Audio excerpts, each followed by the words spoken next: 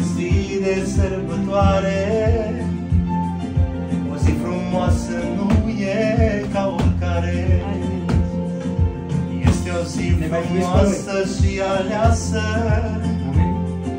Avem în față o mire și o mireasă. Astăzi este zi de sărbătoare, o zi frumoasă nu e ca oricare. Este o zi frumoasă și aleasă. Avem în față o mire și o mireasă. Binecuvintează, Doamne, și mireasa. Să dai credință sfântă și iubire din a Ta. Dă-ne binecuvântarea chiar astăzi în acest loc și iubirea lor să aducă rog. Binecuvintează, Doamne, pe Silviu și Ligia, să le dai credință sfântă și iubire din a Ta. Dă-le binecuvântarea chiar astăzi în acest loc și iubirea lor să aducă rog. Amin, Doamne! Binecuvintează-i, Doamne! Nevastă Tu din plina Ta iubire, peste mireasă și peste mire,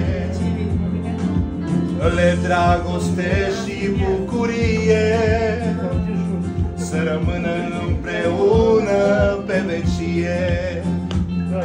Nevarsă Tu din plina Ta iubire, peste mireasă și peste mire, le dragoste și bucurie, să rămână împreună pe vecie.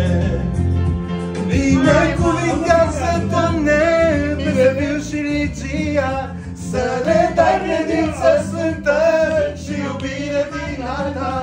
Dă-le binecuvântarea chiar astăzi în acest loc și iubirea lor să aducă rog. Binecuvintează, Doamne, pe Silviu și Ligia, să le dai credință sfântă și iubire din a Ta. Dă-le binecuvântarea chiar astăzi în acest loc și iubirea lor să aducă rog. Doamne, pe Silviu și Ligia, să le dai credință sfântă și iubire din a Ta.